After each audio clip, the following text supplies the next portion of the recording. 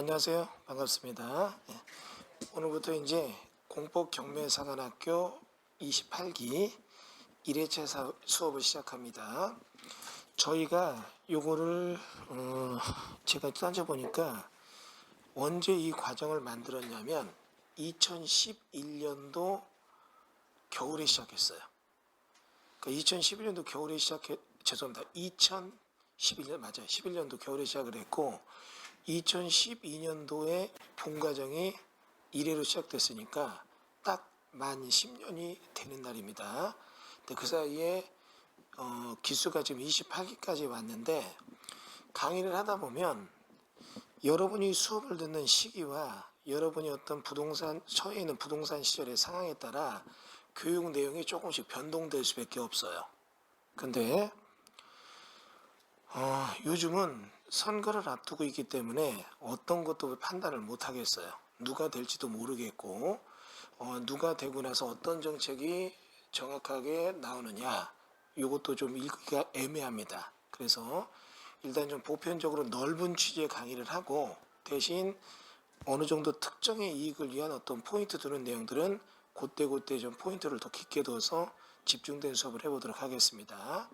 자, 먼저 이렇게 얘기를 해볼게요. 오늘은 여러분들 진도표와 상관없이 제가 일반적인 수업을 좀 할 건데 여러분 만약에 진도표에서 뭔가 보고 싶다면 여러분 교재 맨 앞에 보면 목차 뒤로 해서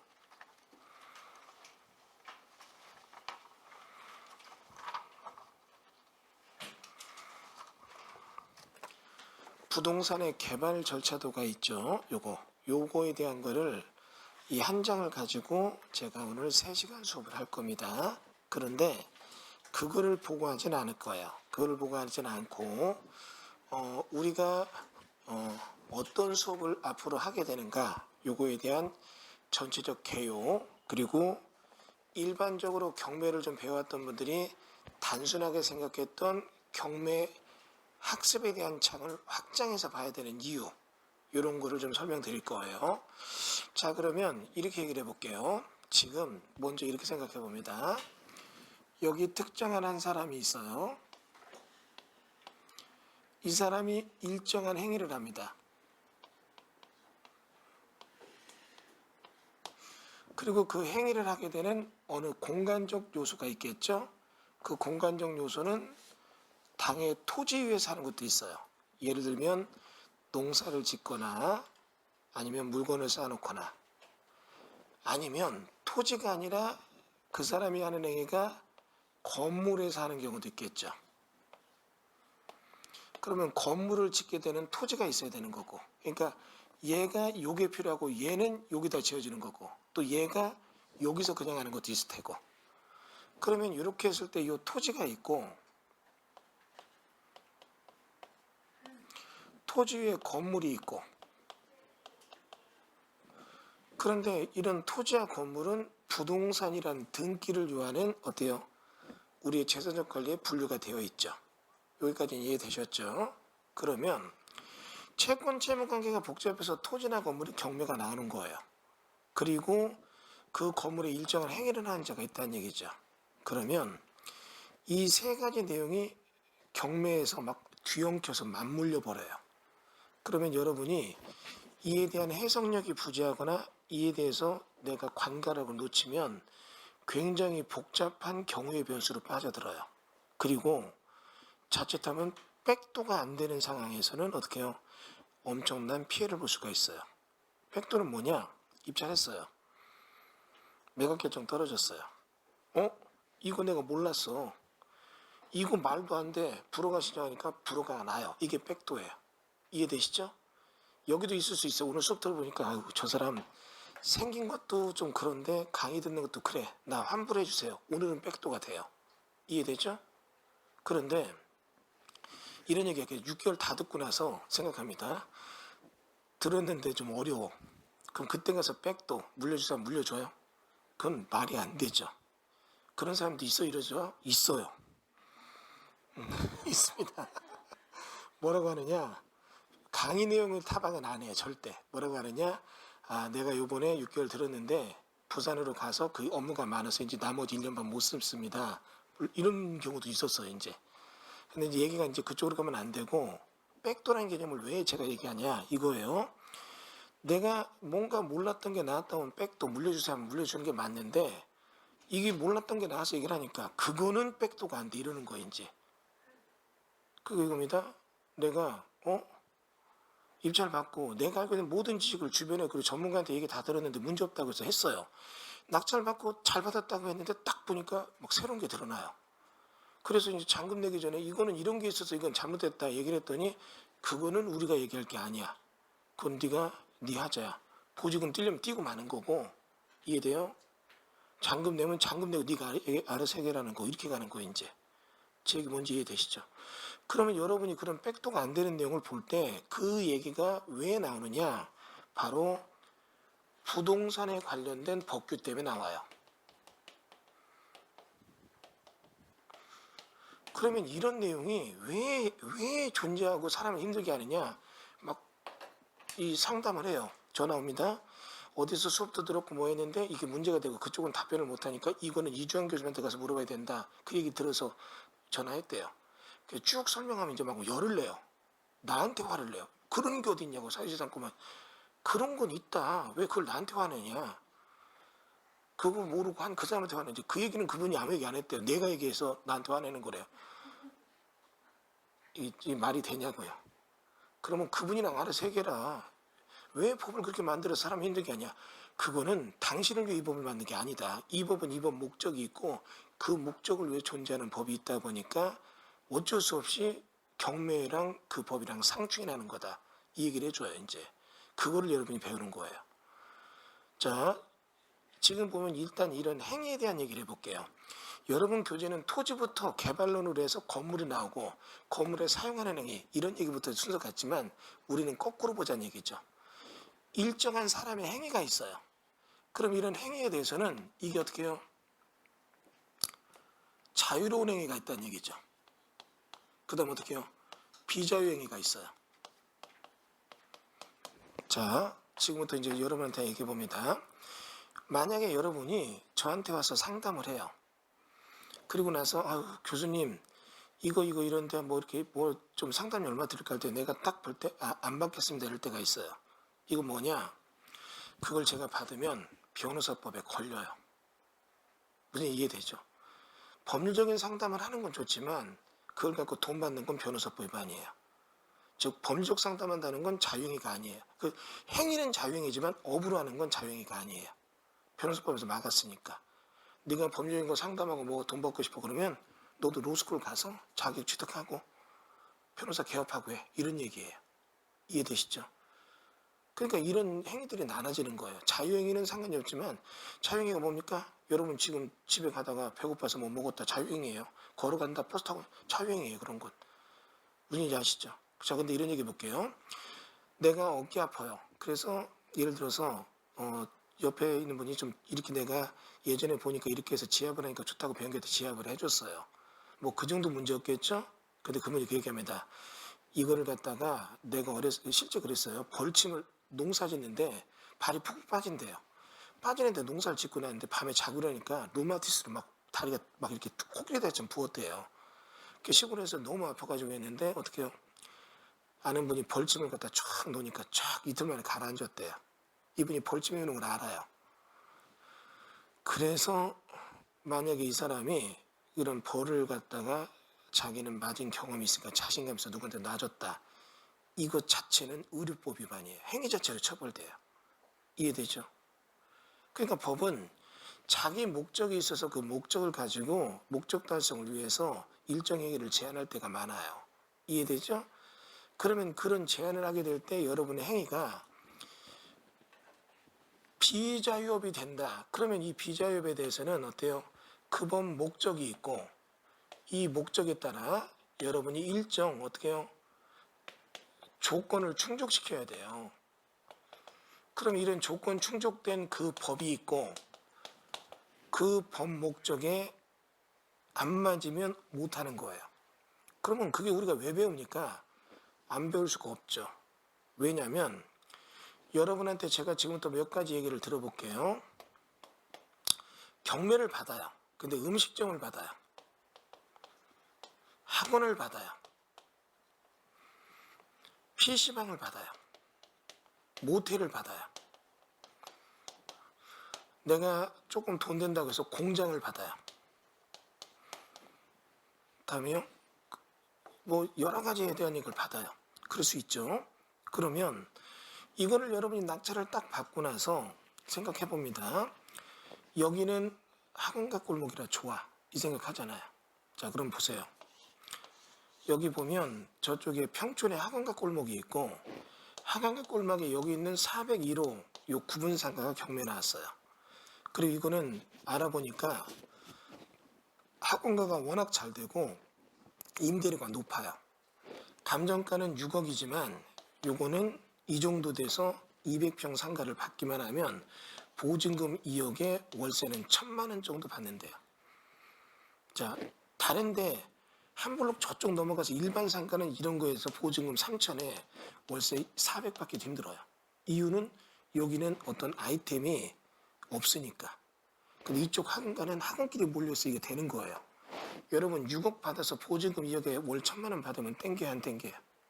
땡기죠. 이 정도면 6억이 아니라 8억 9억도 받을 거예요. 이해되시죠? 그리고 물건 조사할 때 보니까 이 물건에 대해서 이제 이 생각이 나는 거예요. 학원이 있는데 여기 주인은 갑이고 알파라고 하는 학원이 원장이 임대 얻어서 여기서 임대를 해서 해요. 가서 조사해 보니까 엄청 잘 되는 거예요. 여튼 애들이 바글바글하고 뭐 저 여기 있는 전층에 대해서도 엄청난 임대가 구성된다는 거. 그리고 부동산 가서 물어보니까 부동산마다가 학원 나오면 우리한테 연락 줘. 서로 온다고 줄 섰어요. 그럼 여러분 볼 때 요거 받기만 하면 얘들 내보내고 들어올 사람들은 엄청 많잖아요. 무슨 얘기까지 하느냐? 여러분 혹시 바닥 권리금이라고 들어보셨죠? 이 정도면 낙찰받고 내놓고 여기다 딱 세놓을 때 바닥 권리금은 10억도 받는데요. 이 정도면 이제 거품 나죠. 거품 나고 얘기합니다. 그쪽에 조사하던 중에 알파가 이거를 받으려고 하는데 얘는 지금 이거 10억 쓰려고 한다는 그런 첩보까지 얻었어요. 이 정도면 여러분 더 거품 나죠. 그죠? 예. 거품이 나서 여러분이 어떻게 해요? 오케이. 그래서 어떻게 해요? 이거를 이거를 낙찰받을 때 12억 더블을 써서 낙찰이 됐어요. 여기까지 이해됐죠? 문제 없습니다. 그래서 이거를 낙찰을 받고 나서 여러분이 잔금 내고 내가 이걸 내게 돼서 을은 이제 어떻게 해요? 얘는 날라갔고 을은 알파한테 얘기해서 명도를 해요. 여기까지 이해됐죠? 명도에서 얘는 쫓겨났어요. 그리고 빈 공간이 있어서 개보수를 하고 내가 임대를 놓으려고 하니까 갑자기 여기는 새가 안 나가요. 왜 안 나가는가 이제 생각을 해봐야 돼요. 어떤 일이 있었느냐? 이겁니다. 내가 여기다 학원을 딱 해서 이건 대박이다 생각했는데 공교롭게 여기 지금 2층에 201호 요 갖고 있는 사람이 이 사람은 애들이 여기서 학원 끝나면 이 PC방 오는 걸 알아요. 근데 저쪽에다 PC방을 크게 하는데 여기다 PC방만 내기만 하면 대박인데 PC방이 있는 건물에는 학원이 못 들어와요. 이해되죠? 그런데 학원이 못 들어오니까 어떻게 해요? 못 하고 있었어요. 여기다가 뭐를 했느냐? 그냥 와이프랑 조그만한 커피숍을 하고 있었어요. 근데 보면 이쪽에 보면 이쪽에 있는 건물에는 PC방이 대박이에요. 학원이 있어도 거리 제한이 문제 없어서 들어와 있고. 이해되죠? 그랬는데 그 사이에 을은 낙찰을 받고 알파랑 명도를 하잖아요. 명도를 끝내고 얘가 하려고 보니까 알파에 학원 설립증이 있어요. 여러분 이게 뭐냐면 저기 나가서 보면 우리 학원도 저거 붙어 있잖아요. 저기 지금 게시판 바깥쪽에 행사표 옆에 보면 학원 인가증 다 붙어 있잖아요. 자유업이 아니라 비자유업이라 학원 인가를 받은 거예요. 요거 이해되세요? 그럼 인가를 받아놓고 정식적으로 하고 있으니까 이 법에서는 건물 면적이 또 뭐 일정 평수에서 1650 넘어가면 그런 대형 건물은 그것도 안 되는 건물은 하나 있으면 무조건 안 되고, 만약에 좀 대형 건물은 일정 이격거리가 떨어지면 해요. 정리되죠? 그런데 다른 데는 이쪽으로 학원이 있다 보니까 얘가 다 떨어졌어요. 근데 얘가 요것 때문에 지금 딱 요게 걸려서 못하고 있는 거예요. 이쪽에 학원이 있거나 위로 있는 거는 거리가 머니까 상관이 없다고요. 수평거리가 머니까. 수직거리도 멀고. 이해되셨어요? 근데 여기가 딱 요 칸이 바로 위에 층에 위에 2계층 위에 있는 게 걸려서 못한 거예요. 여기까지 이해됐죠? 그랬는데 이제 이겁니다. 을이 요걸 명도에서 학원을 바로 얘 거를 자리에다 내려고 보니까 동종의 업종이 그 자리에 있는 거예요. 무슨 이해되세요? 동종업종이 있으니까 야 이게 있는데 안 돼. 못 내는 거예요. 그럼 어떻게 되느냐? 여기는 결국 공법적인 학원 설립법을 봐야 된다고요. 이해되셨어요? 그 법에서 학원을 정상적으로 영업하지 않는다는 사실관계가 입증되면 일정 기간 영업 안 하는 걸 확인을 해요. 가서 보니까 문 닫고 있고 안 해요. 그러면 그때부터 확인했으니까 카운트에서 일주일에 한 2번 더 나와요. 그래서 10일 정도 지나면 집권 취소를 해요. 집권 말소할 때 그 사람 불러서 청문을 해요. 한 2번 정도. 근데 안 나오면 2번 안 나오면 이거는 업세트가 된 거예요. 나 학원 관심 없다 안 한다 이렇게 인정이 되는 거예요. 그럼 그게 보통 한 20일 정도 걸려요. 명도를 끝내고 그 사람 안 한다 입증해서 20일 정도 걸려서 없애고 얘가 학원을 딱 만들고 인가를 딱 내려고 보니까 이 사람은 위아래층에서 그걸 보죠. 여러분이 지금 이 사람이라면 눈에 가시 같은 얘가 날아간 걸 알죠. 그리고 그 20일 사이에 이 사람은 어때요? 지금 저거 없어졌어? 없어졌어? 그럼 나 낼 수 있어. 이걸 안다고요. 이해되세요? 그래서 그 순간에 여기다 PC방을 탁 낸 거예요.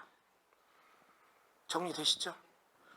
그러면 얘가 내니까 이제는 이 학원이 내려고 보니까 새로 내려고 보니까 전에는 됐지만 이제는 수고해야겠네. 빠져야겠네.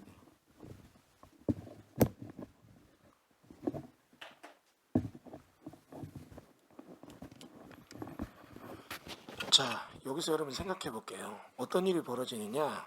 그러면 얘는 학원 못 내죠. 이해되세요? 에이씨, 그럼 나도 PC방으로 낼래. PC방도 못 내죠. 바로 옆에 줄줄이 있으니까 학원들이. 이해돼요?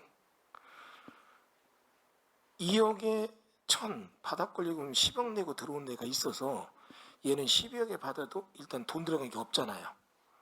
근데 그 다 무산되죠. 그리고 학원 못하니까 뭐 딴 거 새로 놓으려고 보니까 다 그 얘기합니다. 학원만 되면 나오지만 학원 말고 할 게 없어요. 이 학원법이라는 거는 교육에 져야 되는 대립구조에 있는 건 다 못 들어가요. 그럼 그것 빼고 저것 빼고 다 빼면 어떻게 해요? 할 게 없어요. 지금 제 얘기 뭔지 이해됐어요? 그럼 여기다 커피숍 해요. 학원 내요. 휴게실마다 그냥 자판기에서 커피 공짜로 먹는데 누가 와서 먹어요? 이해되죠?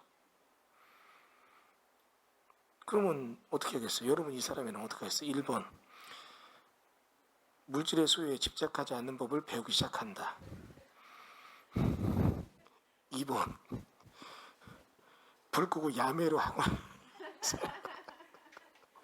네, 2번이에요.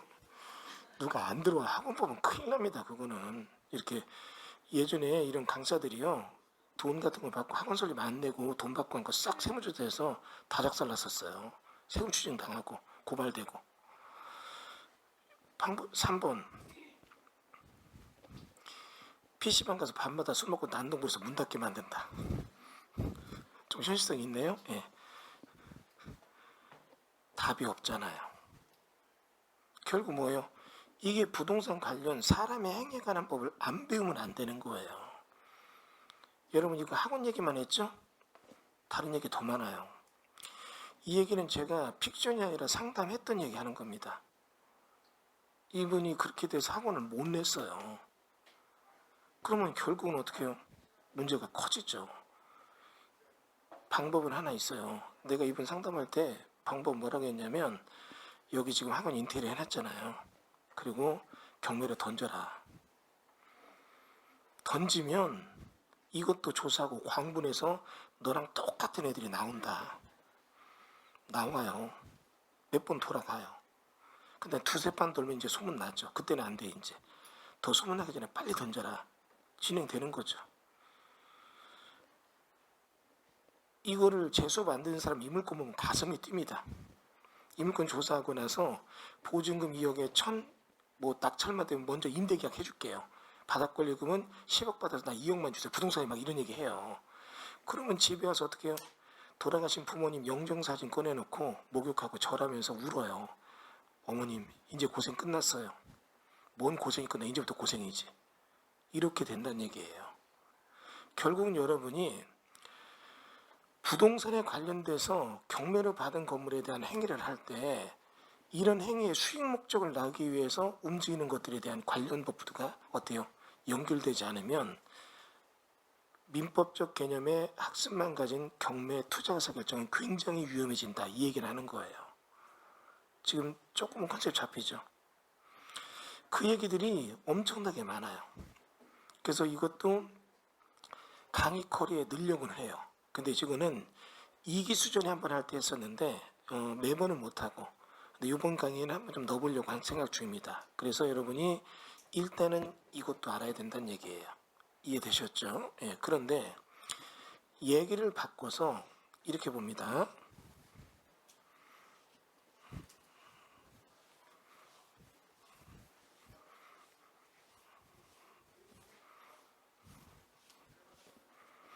지금 보면 여러분이 경매를 받게 된 건물과 토지가 있는데 이런 행위를 하려면 그 공간에 건물이 있잖아요.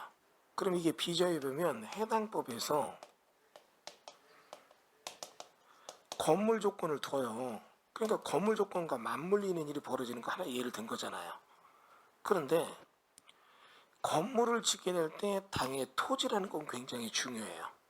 제가 이 얘기 봤어요. 강호동이가 저랑 동갑이에요. 강호동. 근데 강호동이 지금 초등학교 6학년, 중학교 1학년 들어간 아들내미가 유튜브에 나왔더라고요. 보셨어요? 그 유전자는 무시 못하나 봐요. 걔가 지금 중학교 1학년 올라가는데 골프 치시는 분은 사홀, 포라고 하나요? 걔가 치면 올린대요. 파4에 파3는 올리잖아요. 파4에서 올린대요. 그렇게 힘이 좋아요. 얘 보니까. 그리고 옆에 이렇게 어른들 치는 거 보니까 얘가 머리 하나 더 있더라고요. 유전자는 틀려요. 결국은 어떻게 해요? 부모의 유전자에 애가 어떻게 나오는가 보이는 거잖아요. 자, 그럼 이 얘기를 제가 왜 하느냐? 건물은 토지라는 부모를 둬요. 그 부모에 따라 나오는 건물이 달라져요. 이렇게 생각하면 돼요. 이게 다시 해볼게요. 애를 못 낳는 부부도 있어요. 애를 못 낳는 부부 앞으로 더 많아집니다. 의학적으로 이건 그렇게 돼 있어요. 왜 그러냐면 여러분들 이렇게 먹고 플라스틱 함부로 버리지 마세요. 바다에 나가면 분해돼서 없어지는 게 아니라 잘게 조개져요. 수분에 올라가서 비로 내려요. 우리가 마시는 물에 미세 이 플라스틱이 있대요. 이걸 몸에 축적하게 되면 여성 호르몬이 높아진대요. 남자든 여자든. 남자는 어떻게 되느냐? 여성화가 된대요. 보니까 내가 왜 그런가 알 것 같아요, 좀. 그리고 여성은 여성에 대한 게 더 빨라져서 조숙증이 생긴대요. 그러니까 어떻게 되느냐? 7살, 8살부터 얘가 초경이 시작돼요. 그리고 폐경이 30살에 끝나요. 그러니까 어떻게 해요? 사회적으로 결혼 정년기는 30대 후반까지 밀리는데 결혼하고 나서 보면 애를 못 낳는 거예요. 이런 일이 너무 많대요. 남성도 어떻게 여성화가 되다 보니까 남성 호르몬의 활동성이 굉장히 떨어진대. 약 28%까지 떨어진대요. 100%였다면. 그러니까 결국은 미래 사회는 애를 낳는 것도 어떻게 해요? 이제 좀 달라질 거예요. 10대 중반, 이거 분명히 의학적으로 가능성이 있습니다. 10대 중반 초반 되면 부모가 딸내미 데리고 산부인과 가서 그 몸에서 난자를 채워서 이거 보관시켜야 돼, 이제. 그리고 나중에 결혼할 때 내놔서 그걸 갖고 인공병에서 이렇게 수정해서 그런 시대가 올 거예요, 이제. 이거 지금 심각한 문제예요. 그러니까 사회적으로 그래도 그나마 애를 낳을 수 있는 그런 신체적 사이클을 틀 때는 우리가 너무 애들이야. 옛날에는 20살이면 어른이었잖아요. 지금 20살 애들이에요. 25대도 애들이에요. 30대도 아무 자립도 없어요. 직장 하나 잡아주면 성공한 거죠. 걔가 월급 400억 받는 걸로 애 낳고 못 살아요 지금. 그러니까 이런 것들이 문제가 되겠죠. 마찬가지로 땅이 있어도 땅에 건물을 못 나는 땅이 있어요. 이해되세요? 다시요. 땅이 있어서 건물을 낳긴 낳는데 비리비리해요. 이게 뭐냐? 짓긴 짓는 게 아주 필수적인 거. 생존에 관련된 아주 필수적인 거 지금 못 짓는다. 이런 땅은 잘못된 거죠. 이해되시죠? 그러면 과연 여러분이 지금 이런 부동산에 대한 지식을 경매변은 내가 왜 알아야 됩니까? 알아야 되는 이유가 있다고요. 여러분 지금 이거 알아야 되는 이유가 있는데 내가 멀쩡해 보여요. 좀 여기 다 성인이니까 성인적인 설명 하나 드릴게요. 굉장히 남성스러워요. 근데 어떻게 해요? 막 책도 좋고 인물도 좋고 능력도 좋아요. 여자분이 좋아서 결혼했어요. 하고 나서 보니까 한 달 후에 집에 와서 이제 엄마한테 얘기 한숨을 쉬어요. 이 사람 좀 이상해. 뭐라고 하면 울고 뭐 싫은 소리 한마디 하면 엄마한테 전해서 막 울고 그리고 막 그 사람 누나한테 전해서 언니 나 어떻게 막 이런 소리 한다고 분명히 들었다고 누나한테 언니라는 표현을 하더라. 되게 심각하죠. 지금 이 얘기 왜 하는지 아시죠? 경매랑 땅 보면 멀쩡해요. 멀쩡한데 나오는 게 보니까 토지나 건물이 뭔가 할 수 없는 땅이에요. 이해되세요? 그러니까 이런 걸 여러분이 그리는 안목이 있어야 되는 거예요. 이걸 우리가 배우는 거죠. 다시 보겠습니다.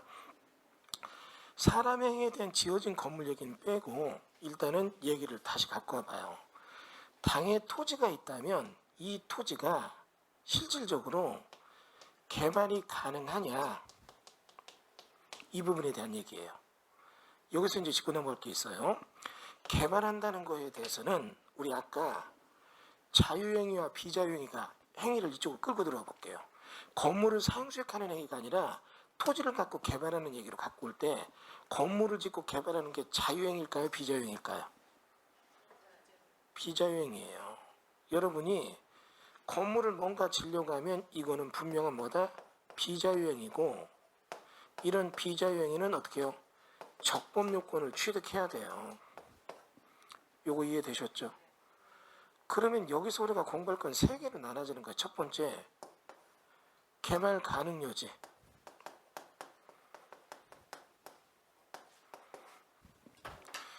여러분이 당의 관련 법규를 모르기 때문에 개발이 불가능한 땅을 어떻게 해요? 사는 거예요. 왜 그러느냐? 대부분의 사람들이 개발 가능 여지를 따질 때 이렇게 땅이 있고 여기 집이 있어요. 그러면 여기 이 땅이 나오면 이 땅이 100만 원 한다면 이 땅은 어떻게 해요? 감정가가 30이고 15만 원까지 떨어졌다면 낙찰받고 짓기만 하면 100짜리가 된다면 무조건 해요. 그리고 개발비용 얼마 드냐 알아보니까 5만 원 든다. 그럼 20만 원짜리가 100대면 무조건 해야 되죠. 이해되세요? 근데 이 땅을 낙찰받고 딱 인허가 내려니까 안 된다는 거예요. 옆집은 개발되는데 그랬더니 어떻게 해요? 갑자기 뭐 이 얘기 저 얘기하는데 그거는 되고 이건 안 되는 거예요. 그럼 여러분 이거 개발 못하는 땅 샀다면 이거 아무 쪽에도 쓸모없죠. 벌써 딱 등기 보고 경매 걸리면서 나중에 뒤늦게 보니까 그때 보여요. 감정가는 4억짜리 땅이 3천만 원짜리 채권 때문에 경매 나온 거예요. 여러분 어떻게 생각하세요? 4억짜리 땅이 3천만 원 채권 때문에 경매 나올까 안 나올까요? 안 나와요. 그거 절대. 4억짜리 땅이 6억짜리 채권 때문에 나왔다. 그건 있을 수 있지만 이해되세요? 이런 일은 있을 수가 없어요. 아니면 대출이라도 받으시고 갚았죠. 이 사람이. 이거 못 됐겠어요? 제 얘기 뭔지 이해되시죠? 그럼 얘기 다시 바꿔보겠습니다. 결국은 이 땅의 개발 가능 여지가 되느냐 안 되느냐 이걸 봐야 되는 거예요. 무슨 이해되시죠? 두 번째는 이 공부를 할 때 여러분 이 공부를 왜 해야 되느냐 두 번째 이유가 있어요. 뭐냐? 지금 적법 요건이 있잖아요. 그죠? 적법 요건을 취득한 자가 있어요. 그럼 이 적법 요건 취득자가 있다면 이 개발의 적법 요건 취득자와 부동산 소유자가 일치성을 띠질 않아요. 이해가 되면 다시요. 이 땅을 내가 받았다면 소유권도 넘어오면 점유권도 넘어오는 거야. 점유 내가 찾을 수 있잖아요. 그런데 이 땅을 내가 받았는데 이 땅에 개발권이 있다면 토지는 내게 되지만 개발권은 내게 아니에요. 이해되세요? 이 개발권 넘어와요, 안 넘어와요? 안 넘어와요. 정리되죠? 그러니까 여러분 어떻게 해요? 지금 취득자와 부동산 소유자가 같이 가지 않으니까 이 법에 대해서 공부를 안 하면 법직권이 있다. 그럼 여기 보세요. 자, 괜찮아요, 지금. 법직권에 대해서 모르는 분 잠깐 손 들어주세요. 전부 눈 감아주세요. 눈 감아주세요. 눈 감으니까 왜 날 쳐다봐요? 눈 감으라고요. 법직권에 대해서 모르는 분 잠깐 손 들어주세요. 됐어요? 손 내려주세요. 예. 누군가 손을 들었다면 그분 때문에 내가 좀 도움이 될 것 같다. 이런 분 손 들어주세요. 여기 보면 땅이 있어요. 근데 이 땅이 저당을 설정하고 저당 설정한 사람이 이 사람의 건물을 줘요. 짓는데 이게 다 짓고 중국 나고 여기다 공동담보 올라서가 문제가 없는데 짓는데 갑자기 중간에 부도가 난 거예요. 이해되죠? 부도가 나서 이때 위에 건물은 어떻게 해요? 준공이 안 났잖아요. 등기가 없어요. 그러면 이것만 어떻게 해요? 경매가 나온다고요. 이해되죠? 그럼 낙찰받은 이 사람이 A가 B가 받았어요. 그리고 A한테 얘기하면 돼. 야 A, 내 땅에 너 나가. 얘가 그럼 건물 두고 나가요? 못 나가요? 못 나가죠. 이해돼요? 그럼 얘는 땅 위에 권리가 있다. 그게 땅 위에 땅지자 위상자 지상권이에요. 근데 지상권은 서로 계약을 맺어야 되는데 안 맺었잖아요. 왜 그런데 지상권이 있느냐? 법에서 정한 거니까 법정 지상권이라고요. 이해되시죠? 자, 다시 눈 감아주세요. 그리고 아직도 이해가 안 되면 손 들어주세요. 됐죠? 자, 잘 보세요. 그러면 여기 지금 이 땅이 있고 여기다 저당권을 먼저 걸면 저당권자는 담보를 해준 거잖아요. 그리고 여기다가 건물을 지었을 때 얘가 법정상권을 주장하면 저당권자는 문제가 생겨요. 왜? 이거 땅 받아도 법정상권 때 못 쓰니까 누가 안 받잖아요. 싸게 받으면 지상권자는 저당권자는 손해를 보니까 이땐 지상권자 보루에서 토지가 있고 저당권이 설정되고 위에 건물을 졌다. 그러면 이거는 토지의 저당권자가 먼저였잖아요. 그리고 지상권자가 뒤늦게였잖아요. 그럼 이럴 때는 저당권자 은행은 빈 땅에다 대출해 줬는데 얘가 건물 지니까 그 건물 보호를 해서 경매 넘기니까 이거는 지금 법정상권 때문에 땅 못 쓴다 이러면 누가 받아 이거. 환가가 안 되면 은행은 손해볼 거 아니에요. 지금 이해되죠? 조금 이해되세요? 논리가. 진짜 이해가 안 되는 분 다시 손 들어주세요. 그분들이 이해 안 되는데 본인이 돈 빌려준 사람이라고 설명은 금방 이해를 해요. 지 돈 띄니까 그거 말도 안 돼 이렇게 나오니까. 그러면 여기에 저당권이 있고 여기다 건물 져서 법정상권 없죠? 건물 질 때 돈 없으니까 은행에 대출 받았어요. 대출 받은 돈을 이거 짓기 시작했어 이렇게. 짓다 보니까 이게 팔리면 좋은데 안 팔려서 부도난 거예요. 그 토지만 경매 나왔죠. 그럼 여러분 이거 받으면 법직은 없죠. 그래서 낙찰 받고 어떻게 해요? 법직은 없다고 해서 건물을 날렸어요. 10억짜리 땅을 2억에 받았어요. 되게 잘한 거잖아요. 이해돼요? 그런데 날리고 나서 보니까 이 땅 위에는 어떻게 해요? 기존 소유자의 기존 소유자가 갖고 있던 뭐요? 적법 요건인 건축허가 받을 권리가 있다고요. 그럼 이 땅 위에다가 새로 받은 사람은 종전 소유자의 건축허가 받은 게 있는데 내가 새롭게 건축허가 내요 못 내요? 못 내요. 이해돼요? 그럼 이 땅은 어떻게 돼요? 멀쩡해요. A의 땅이 경매 나서 B가 받았고 B는 낙찰 받고 이거 잘 받았다. 위에 짓담하는 건물 다 철거했고 깔끔하게 없어졌어요.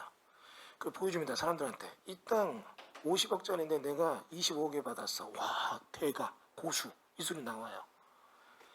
그리고 여기다 건물 지려니까 A가 받아놓은 적법 요건이 여기 존재하고 있다고요. 한 자리에 건축가가 2번 내주느냐? 그거 안 돼요. 이해되세요? 아까도 얘기했지만 학원 이 자리가 경매 넘어갔다 이 건물이고 이 자리에는 내가 학원 설립인가 안 빼면 바로 누가 들어서 못 내요. 그럼 이거를 없애기 위한 절차가 필요하다고요. 그거 어떻게 됩니까? 그럼 그 법 봐야 돼. 학원 설립법을. 이해돼요? 다시 이것도 건축법 봐야 돼. 그걸 배우는 거예요. 지금 제 얘기 먼저 이해되시죠? 그러면 결국은 B는 낙찰받고 이거 못하니까 아무것도 못하잖아요. 결국 이렇게 되어 있을 때 부동산 취득자랑 이 부동산 소유자, 여기 개발 관련 취득자랑 적법요건 취득자랑 부동산 소유자는 일치가 안 되는 거예요. A가 빚게 되면 인허가권도 빚게 돼야지 그런 논리가 안 나온다고 쉽게요. 그러니까 여러분이 그걸 배워야 되는 거죠. 그래서 이걸 내가 어떻게 해요? 이거를 풀 수 있느냐 없느냐 이걸 보는 거예요. 컨셉 이해되셨죠? 또 하나 재밌는 건 이겁니다. 여러분 여기서 좀 생각해 볼게요. 지금 이런 적법요건 취득자랑 부동산 소유자가 꼭 일치되는 게 아니다 써 있잖아요. 제가 지금 쭉 40분 강의하면서 계속 흰색 쓰다 가끔 노란색 썼는데 여기서는 빨간색을 썼죠. 질문 다시요. 왜 빨간색을 썼을까요? 1번 생명이다. 2번 닥친 대로 잡아 쓴다. 3번 화려한 걸 좋아해서 이색저색 써본다. 4번 분명히 선생님 의지에 무슨 생각이 있었다. 몇 번? 되게 강조하고 싶었던 거예요. 우리가 배우는 주력이 이거예요. 여러분이 이런 적법요건에 대한 얘기 취득자가 있으면 경매를 받게 되는 부동산이 내게 돼도 그 적법요건은 내게 안 되느냐 되느냐, 그럼 이게 안 될 때는 취소할 수 있느냐 없느냐, 그 다음 어떻게 해요? 그 이후에 내가 이걸 새로 낼 수 있느냐 없느냐, 이런 걸 지금 배우는 거예요. 지금 이해되시죠? 이걸 여러분이 안 배우게 되면 어때요? 저쪽에 가서 무슨 굉장히 해서 하는 데 있어. 그 변호사 얘기하는데 앞에 사람 났으니까 뒤에는 당연히 해야지. 그 소리한테 깜짝 놀랐어요. 변호사 이렇게 모르는구나. 앞에 사람 났다고 경매를 받고 그거 없으면 내가 새로 낸다. 그거 아니에요. 그렇게 가면 안 돼요. 굉장히 위험한 사고예요. 이해되죠? 얘기 다시 볼게요. 일반적인 변호사들한테 있는 생각이 뭐냐? 법은 만인 앞에 평등하다. 맞아요? 법은 만인 앞에 평등하다. 맞아요? 맞죠? 근데 맞다는 대답이 안 나오죠. 그게 맞으면 저 사람이 인상 쓰면서 저렇게 얘기할 리가 없다. 이럴 때는 입을 굳게 다물고 버티면 누군가 맞다 얘기할 거고 그 사람은 망신당하고 우리는 묻어서 가자. 이런 계산도 막 나오죠 벌써. 법은 만인 앞에 평등하다. 맞아요? 맞아요. 민법적으로는. 민법은 맞아요. 형법도 맞아요. 무슨 얘기냐? 우리가 생각하는 이런 민법, 형법, 상법 이게 있는데 일단 이거는 민법, 법은 만인 앞에 평등하다. 맞아요. 그죠? 대통령이 됐든 누가 됐든 이게 똑같아야 돼요. 형법 맞아요. 대통령 아들은 술 먹고 운전해도 무혐의 되고 우리는 이런 거 없어요. 똑같아요. 이해되죠? 그러나 상법서부터는 약간 만인 앞에 평등하다가 아니라 상법은 만인이 다르다. 이거부터 시작을 해요.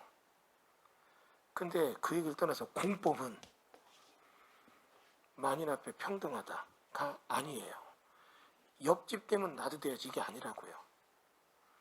옆집은 옆집대로 법이 있고 나는 나대로 법이 다르다. 적용법과. 상법은 대인적인 거에 따라서 다른 거고 공법은 대물적인 거에 따라 달라요. 그러니까 이 세 번째 우리가 배워야 되는 게 뭐냐면 이거예요.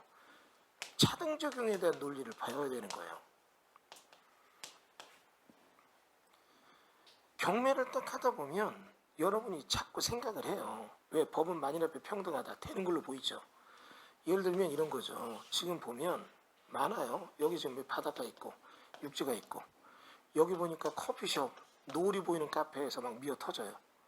여기는 되게 펜션이 있는데 아침 일출 펜션 미어 터져요. 그럼 이렇게 되어 있을 때 이 땅이나 이 땅이 경매에 나왔다. 이건 당연히 개발될 걸로 보이잖아요. 그런데 여러분한테 제가 얘기 드린 이유가 뭐냐면 얘들은 안 된대요. 왜 안 되느냐? 안 되는 이유가 얘랑 얘가 법은 만인 앞에 평등하다가 아니라 얘가 적용되는 공법과 얘가 적용되는 공법이 달라서 그래요. 이해돼요? 정확히 말하면 하나의 공법이 얘는 오케이, 얘는 안 돼. 이렇게 얘기를 하는 거예요. 자, 그 얘기가 좀 몇 가지 궁금하죠? 오늘 처음 수업 듣는 분 손 들어주세요. 오늘 처음 수업 듣는 분. 그럼 오늘 처음 수업 듣죠? 그러면 얘를 제가 드릴게요. 그냥 무작위로 1번, 2번, 3번, 4번, 5번, 6번. 육지선달 할게요. 하나 골라보세요. 그거에 대한 설명을 드릴게요. 머릿속에 생각하는 거. 하나 골라, 1, 2, 3, 4, 5, 6 중에 하나 고르세요. 4번요? 그보다 좀 딴 게 좋을 것 같은데 4번은 좀 약해요. 좀 어렵고. 다른 거 한번 골라보세요. 1번이 좋아요? 1번은 너무 노멀한데 좀 딴 거 1번. 딴 거 한번 골라보세요. 4번은 안 골랐으면 돼요. 1번은 너무 쉬운 거라서 좀 그렇고 하나 딴 거 올라왔어. 일본 사람 빼고 난 거 딱 올라왔어. 이건 좀 처음 하고 시면 너무 어려운 거 올라가죠. 그래 이거. 처음 시면 너무 어려운 거 좋아하나 봐요. 예? 3번요? 예. 근데 보면 나이도 있으신 분이 되게 순수하고 그러시니까 너 남이 이렇게 약 올리지 말라고 종도 치네요. 자, 그러면 뭐를 고르든 얘는 똑같았습니다. 네, 그러면 다시 볼게요. 예를 들면 이거예요. 이제 여러 가지 공법 얘기가 있는데 이쪽으로 보니까 이제 이런 얘기입니다. 이쪽을 골랐는데 보니까 여기 삼거리가 있어요. 이게 도로법상 도로예요. 교차로가 되니까 여기는 교통 흐름을 위해서 어떻게 해요? 여기까지는 이쪽으로 들어가는 개수가 안 내주는 거예요. 여기는 내주는 거예요. 이해되죠? 그러면 여기는 개발되지만 여기는 안 되는데 우리는 그게 안 보이잖아요. 안 보이니까 어떻게 해요? 이 땅 보고 이 땅 보면 좋아 보인다. 샀죠. 안 되잖아요. 이런 게. 내용 이해되세요? 여러분 지금 이제 제가 볼 때 이제 얘기 들어보니까 현대산업개발이 데미지가 커서 없어질 것 같아요. 그런데 현대산업개발이 이번에 광주에서 짓다 무너졌잖아요.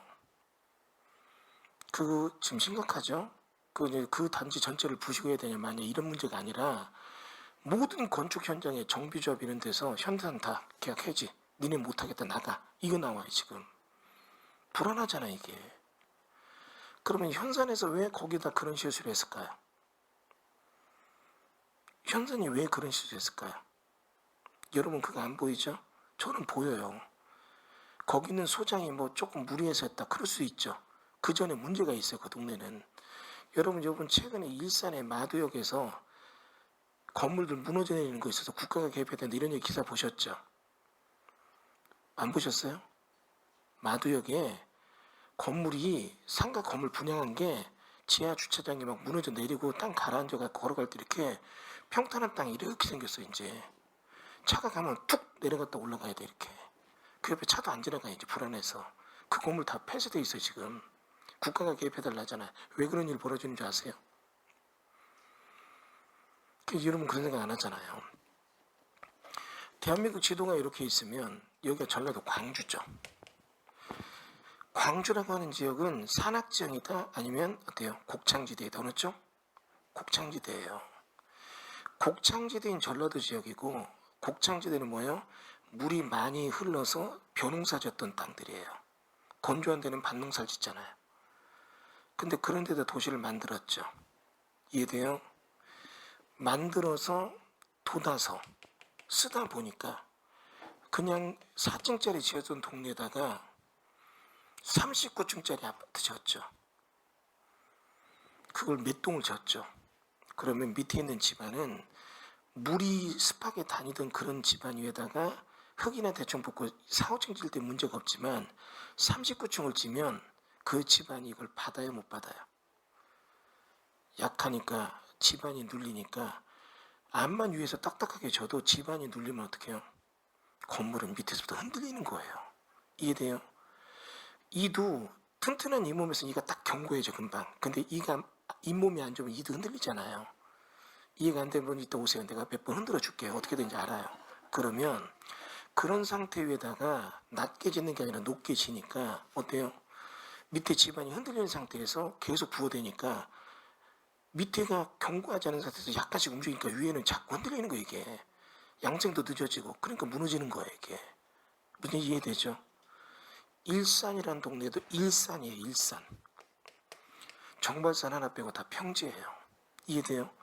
그게 뭐냐? 거기도 평야였어요. 옛날에는 그런 게 없었어요. 옛날에는 15층 짓고 뭐 짓고 할 때 이게 문제가 없었잖아요. 그렇게 해서 지었는데 옆에 막 높게 지니까 이제 어떻게 해요? 저쪽에서 높게 지면 어떻게 해요? 여기는 그냥 이렇게 고만고만하게 지고 버텼는데 여기에 킨텍스나 이런 거 개발할 때 높게 지려면 지하를 파야 되냐 주차장도 해야 되니까 땅을 파니까 여기가 홍해지면 이쪽이 밀리죠. 이해돼요? 여러분 이런 얘기 해볼게요. 어금니 하나 빼면 앞에 있는 작은 어금니들이 뒤로 밀리면서 힘이 없어져요. 받치지 못하니까. 그러니까 이게 이렇게 집안이 움직이고 퍼지니까 어떻게 해요? 이런 일이 벌어지죠. 정리되죠? 제가 이 얘기 왜 하느냐? 그래서 등장한 게 지하 안전평가예요. 지하 안전평가가 언제 등장했느냐? 2년 전에 등장했어요. 광주 그거는 인허가 난 게 어떻게 4년 전이에요. 그 법이 없었을 때예요. 이해돼요? 그러니까 그 무너지잖아요. 정리돼요? 다시 볼게요. 법은 차등 적용돼요. 정확히 말하면 법은 똑같이 적용되지만 동네마다 다르다고요. 넌 안 돼, 넌 돼. 이게 나온다고요. 예를 들면 이런 얘기 해볼게요. 지금 우리 회사 내에서 특수한 프로젝트를 해요. 그럼 거기서 많이 똑같다고 아무나 랜덤으로 뽑아요? 이거 해낼 만한 체력과 집중력과 능력이 되는 애만 뽑잖아요. 이게 맞죠? 다시 볼게요. 예전에는 이런 데다 건물 지었다고요. 근데 제가 오늘 이렇게 하나 보려고 해서 올라온 게 있는데 내가 좀 그게 걸리는 거예요. 그래서 내가 안 했어요. 왜 안 했느냐? 거기도 돋아 올리는 지역이에요. 근데 그 평수에 그 용도적이면 높게 건물 져야 돼요. 높게 져야 되는데 높게 지려면 주차장 둬야 되죠. 그럼 깊게 파야 돼요. 이해돼요? 깊게 파려니까 그가 지형형 평가가 통과가 안 돼요. 야, 거기 그렇게 깊게 지면 이거 작살나. 요 정도만 지어. 이랬다고요. 그럼 요 정도만 지어 이러면 주차장 못하면 얘도 이렇게 잘려야 돼요. 10층 짓기 5층 짓다면 이 땅값은 이 평당 1억이라면 5천 받아야 정상이죠. 이해돼요? 근데 감정가는 이런 거 안 보고 그냥 1억으로 나와요. 그래서 7천 30% 싸게 샀다면 좋다 그래요. 사과가 한 박스에 10,000원인데 5,000원에 판대요. 싸죠? 5,000원 주고 샀어요. 뚜껑 열어보니까 100개 들어있는데 그중에 70개가 다 골아서 못 먹어요. 이게 뭐냐? 딱 꺼내볼 때 사과가 갈아야 주스가 되잖아요. 이거는 갈지 않아도 주스가 돼요. 물러가고 으깨면 줄줄 떨어지니까. 그리고 이거는 사과 주스는 달아야 되는데 좋은 약은 입에 쓰다고 약 기운도 있어요. 약은 아니지만 이건 잘못 산 거죠. 제 얘기 뭔지 이해되죠? 근데 그런 게 경매 나오면 그런 게 포장이 돼 있다고요. 우리가 이런 걸 우리가 얘기하면 사기꾼 소리 듣는데 국가 최고의 공신력 기관인 법원이 보증을 해요. 그리고 전문가가 감정도 했어요. 감정하는 애가 이건 재형의 평가 안 돼서 가격 깎자 이런 거 안 들어가 있어요. 이해되죠? 그러면 좋다고 받고 나서 보면 안 되잖아요. 그럼 뭐냐? 우리가 이거 배우는 게 이거예요. 이런 거, 그 다음에 차등 적용. 멀쩡해요. 옆에도 됐어요. 안 돼요. 또 이것도 있어. 차등 적용이 뭐냐? 옆에 되는데 내가 안 돼. 이게 아니라 걔가 할 땐 되는데 나는 안 돼. 다시요. 이런 땅 경매 나오면 4년 전에 인허가 받고 짓다 부도는 나왔잖아요. 낙찰 받고 법적으로 없다 밀어냈죠. 다시 지르니까 이제는 법이 바뀌었어요. 이 법이 개정된 거예요. 개정된 내용으로 따져보면 안 되는 거예요. 이제 여기서 생각해 볼게요. 여러분 민법, 형법, 상법, 공법이 있으면 어느 법이 제일 잘 바뀔까요? 민법은 거의 안 바뀌어요. 예전에 중개사 강의할 때 보면 민법 쓰니 제일 좋아요. 왜? 1차에서 민법 붙어야 된다고 열심히도 하고 바뀌는 게 없으니까 가르쳐준 데 실력이 늘어요. 이놈의 공법은 가르쳐서 알만하면 바뀌어요. 아 미치는 거 이게. 근데 이제 나는 막 바뀌어서 이 사람도 옛날 거 알면 혼돈되는데 어떡하지? 그때 막 스트레스 받고 가르치는데 그럴 필요는 없더라고요. 어차피 가르쳐줬어도 모르더라고요. 그러니까 새로 가르친다는 생각을 하면 돼. 항상 바뀌었다. 전액이 바뀌었다니까 할 필요 없어 그냥. 그런데 부동산 상황이나 사회적 상황에 따라 법이 계속 바뀌어요. 여러분 요번에 광주 빌딩 무너졌잖아요. 그것 때문에 공법 안 바뀔까요? 엄청 바뀌어요. 이제 건축법에 모평법 바뀌고 정비법 바뀌고 막 바뀔 거예요. 이제 시공자 문제 되면 이제 바꿀 수 있다 뭐 이런 거 나온다고 이제. 그러면 뭔가 법이 획일적으로 기존에 알고 있던 지식과 전혀 다른 얘기의 결과를 가져와요. 그럼 여러분이 이거를 분석 못하면 멀쩡한 건물 바꾸도 어떻게 해요? 실수가 된다는 얘기죠. 이해되셨어요? 그래서 여러분이 지금 이 스토리 1교시가 여러분에게 공법경매 사관학교가 왜 필요한가에 대한 개요 설명이에요. 그럼 2교시부터 들어가는 게 뭐냐? 토지, 건물, 그 다음 어떻게 해요? 이런 거에 대한 개발 가능성 여지, 이런 거 어떤 게 있는가? 이게 이제 나눠지는 거예요. 잘 보세요. 제가 경찰 학교에서 전화가 왔어요. 나는 모르는데 갑자기 전화가 왔어요. 그러면서 경찰들 지능범죄 수사대들한테 부동산에 대한 환경사범 교육을 좀 해달래요. 어떻게 나를 알고 전화했습니까 했더니 거기 경찰대학 나온 모 교수가 교수님 팬이래요. 제 팬이래요. 그래서 이 사람 수업이 제일 필요하다 해서 불러서 갔어요. 그때 내가 뭐 했느냐, PPT 다른 분들은 거기 오시면 잘 만들었는데 난 딱 PPT 한 장 갖고 갔어요. 뭐냐, 토지용계 확인은 저기 있는 거. 저거 딱 띄워놓고 여러분 어떤 상황이 있을 때 형사는 내가 이 사람 주먹으로 팼다. 그럼 그 법 하나로 가는 거예요. 이해되죠? 근데 내가 여기 있는 거 무단으로 포크레인으로 탁 파고 나무 뱄다. 그러면 이에 대한 처벌 규정이 다 달라요. 어떻게 다르냐? 그 땅에 토지용계획이 뭐라고 써있느냐에 따라 법이 다르다. 토지용계획이 개발장구에 있으면 개발정법으로 가야 되는 거고, 공인용 산지가 있으면 산지관리법으로 가야 되는 거고, 아무것도 없다면 개발행위로 가야 되는 거고, 이게 여러 개 써있다면 어느 법이 우선하는가, 이런 거 얘기를 해줬어요. 만약에 여러분이 똑같이 나무 베고 산을 포크레 놓고 작업하다 환경사범 걸렸다. 그러면 이거에 대해서 개발행위로 고발했던 기억이 있는 수사관은 그걸로만 고발해요. 산지관리법으로 고발한 기억이 있는 수사관은 그걸로만 고발해요. 그럼 담당 판사는 딱 볼 때 이거는 산지관리법 이 법 적용 안 하는데? 그러면 이건 무죄예요. 판사 스스로가 이거는 산지관리법 위반이 아니라 개발행위 위반이야. 그 법으로 고소해. 이런 소리 하면 안 돼요. 판사는 그 자리에서 듣기만 하고 판단하지 자기가 판단하면 안 돼요. 이해되세요? 그러니까 결국은 그 상황마다 적용법과 달라요. 이걸 모르면 엉뚱한 걸 여러분도 찾아가요. A법으로 하면 되니까 된다고 받았는데 이 법은 B법이 적용해요. B법은 안 돼요. 그러니까 결국 이 공법이라고 하는 건 이렇게 차등적 적용이 굉장히 많아요. 이거를 여러분이 할 줄 모르면 물건에 대한 자산평가가 벌써 어긋나는 거예요. 이해되시죠? 그래서 여러분에게 앞으로 이제 이 강의에 대해서 쭉 보는데 일단 오늘은 정식 강론이 아니라 총론으로 해서 이 교시에는 이 땅이 개발 가능이 어떻게 되느냐 안 되느냐, 건물이 있다면 뭘 봐야 되느냐 안 되느냐, 이런 거 이제 나눠서 강론으로 좀 이제 들어가는 전체적 개요 설명을 다시 한번 해보겠습니다. 자, 10분만 쉬었다 할까요? 예.